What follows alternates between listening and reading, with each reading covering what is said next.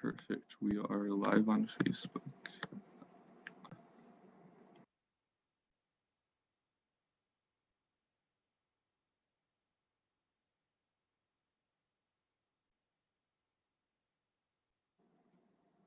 Cool. So I think we'll go ahead and get started. If everyone could turn their cameras on, that would be preferable, although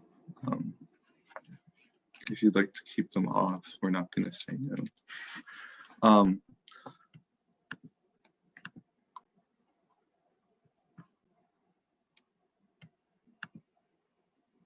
Cool, so I guess we'll go ahead and get started. My name is Brian Whitney. I'm the STEM Workshop Chair here at TeenTechSF. And welcome to our Global Youth Summit, this year's focus being on tech and health, understanding more and fearing less. I just introduced myself, but if you're unfamiliar with TeenTechSF, who we are and what we do, I'd like to give an introduction to that as well. TeenTechSF is a teen-run nonprofit with the mission of equal access to tech for all teens, because diversity fuels innovation.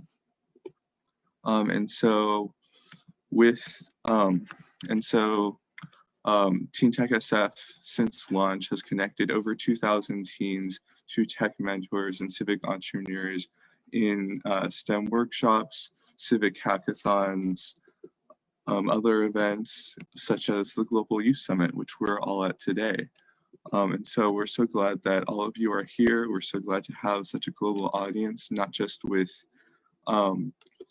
our speakers, which are coming from all around the world, but also from the attendees who are joining us. I noticed that many of you are signing up from Canada, the UK, India, France, the UAE. So it's really, we're really a global audience here too. So we're really excited about that.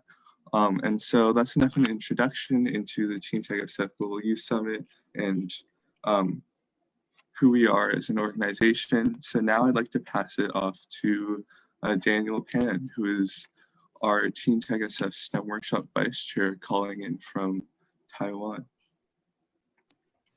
Okay, thank you, Brian, for the introduction.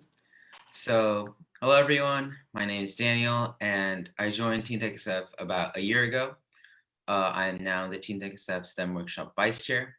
And as Brian mentioned, I'm actually speaking from Taiwan. It's 1 o'clock in the morning here.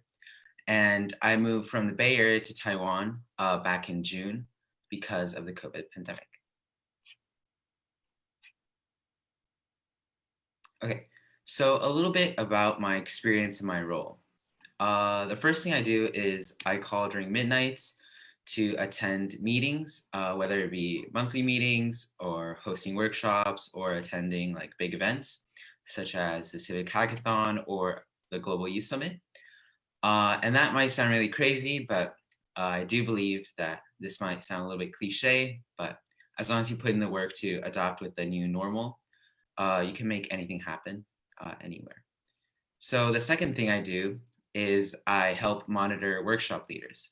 So I help leaders schedule workshops, brainstorm new workshops, and we also help inviting other organizations to partner up with us to offer workshops for our attendees.